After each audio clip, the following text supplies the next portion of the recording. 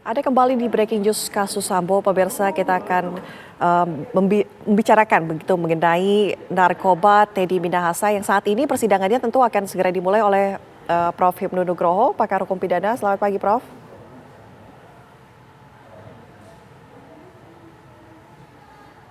Selamat pagi, Prof. Hipnu. Baik, sambil menunggu koneksi kita terhubung kembali, kita akan langsung menuju ke Pengadilan Negeri Jakarta Selatan. Sudah ada rekan kami, Anggia Eboni, di sana untuk melihat bagaimana vonis terdakwa obstruction of justice hari ini. Tadi kita lihat sama-sama sudah datang dan kapan akan dimulai, Boni?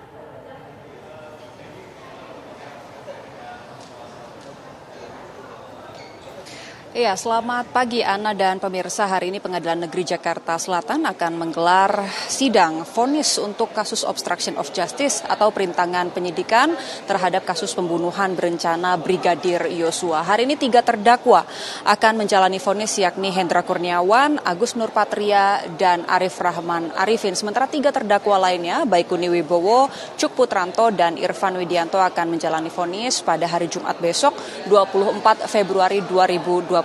Nah, untuk persidangan hari ini digelar di ruang sidang utama di belakang saya. Sebenarnya sudah diagendakan mulai pada pukul 9 pagi tadi, namun hingga saat ini persidangan belum dimulai. Nah, tetapi kalau kami lihat nampaknya sesaat lagi akan segera dilaksanakan karena jaksa penuntut umum sudah memasuki ruang sidang, begitupun dengan penasehat hukum terdakwa Arif Rahman Arifin. Jadi tinggal menunggu terdakwa Arif Rahman Arifin dan majelis hakim memasuki ruang persidangan. Tentu kita sama-sama akan menunggu dan menyimak apakah nanti vonis hakim ataupun putusan majelis hakim akan lebih berat dari tuntutan jaksa ataupun akan sama atau mungkin justru akan lebih ringan sesuai dengan harapan dari pihak terdakwa dan para penasehat hukum.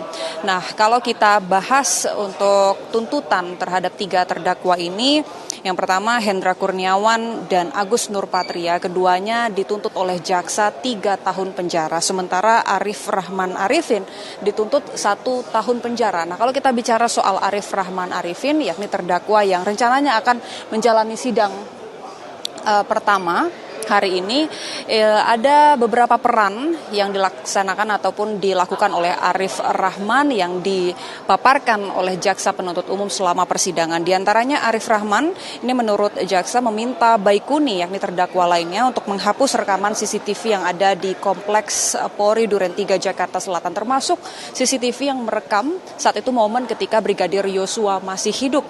Kemudian Arif Rahman juga disebut oleh jaksa sengaja mengambil dan mengganti DVR CCTV di Kompleks Polri Duren 3. Ia juga mematahkan laptop yang sempat digunakan untuk menyimpan salinan rekaman CCTV.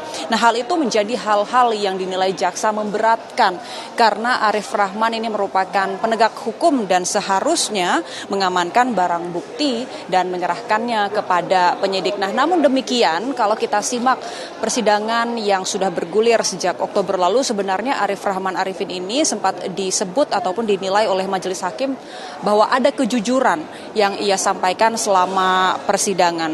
Dalam pledoi ataupun nota pembelaan yang disampaikan oleh terdakwa Arif Rahman Arifin, ia juga sempat menyampaikan beberapa poin yang kami catat cukup menarik. Di antaranya Arif Rahman menjelaskan bahwa ia menghadapi dilema moral. Ia terjebak antara logika nurani dan perintah atasan, serta empati terhadap cerita yang saat itu disampaikan oleh Verdi Sambo yang saat itu menjelaskan bahwa adanya pelecehan yang terjadi terhadap sang istri Putri Chandrawati. Jadi Arif Rahman mengaku sempat juga mempercayai cerita itu dan dilema tersebut ia sebut membuatnya terpaksa menuruti perintah Verdi Sambo untuk menutupi fakta yang sebenarnya terjadi yang berkaitan dengan kematian Brigadir Yosua. Arif Rahman juga mengungkapkan dalam nota pembelaannya bahwa budaya organisasi Polri sudah mengakar dengan adanya rantai komando ataupun relasi kuasa. Relasi kuasa ini juga disebut oleh Arif Rahman dalam pledoinya membuat adanya batasan yang begitu tegas antara atasan dan juga bawahan, dan itulah yang membuatnya tidak begitu mudah serta-merta untuk menolak perintah dari atasan yang mengakibatkan dirinya harus ikut terseret dalam kasus perintangan penyidikan ini.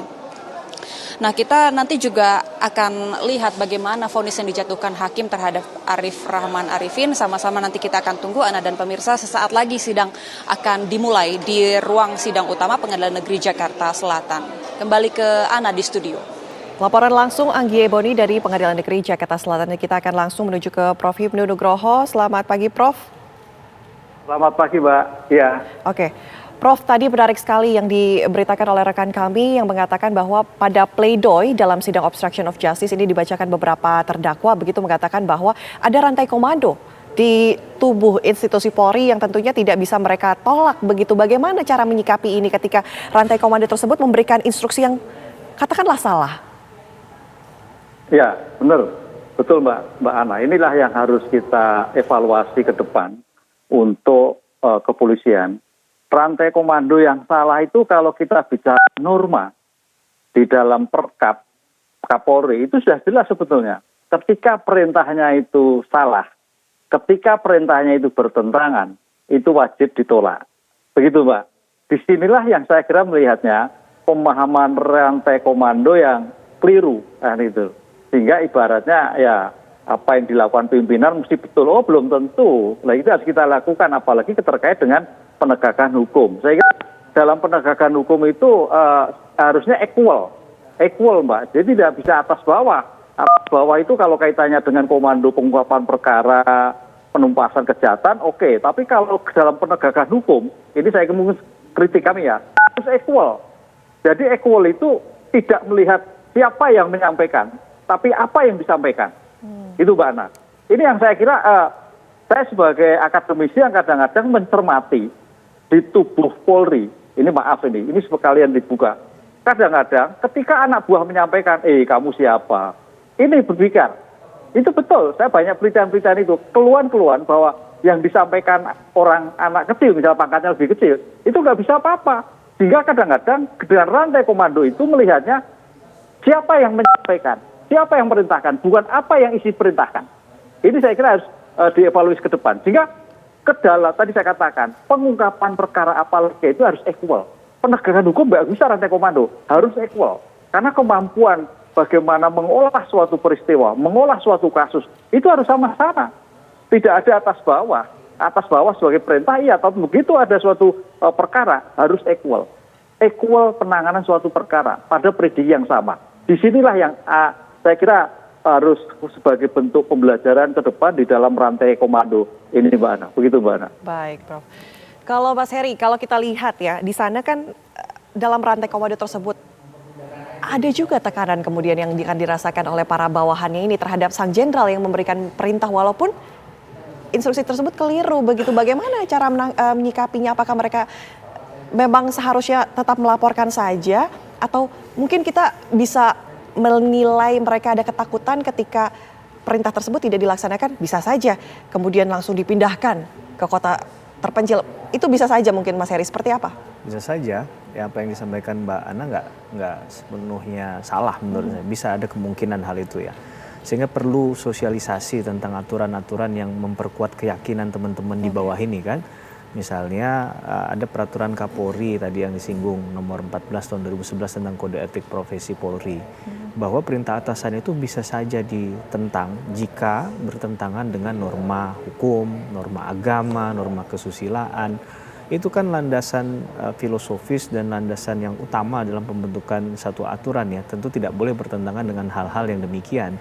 Sehingga tidak ada lagi perkataan pembenaran akan sikap melakukan satu perbuatan berdasarkan perintah atasan. Bahwa perintah atasan dalam konteks yang disampaikan Profesor Mulyatno itu jangan sampai jadi kadiver disiplin atau disiplin bangkai. Jangan sampai hanya mengatakan siap 86 laksanakan tanpa kemudian juga melihat substansi dari hal tersebut. Memang ini agak debatable ketika dikaitkan dengan internal ya. Bagaimana pembentukan karakter institusi di situ juga penting.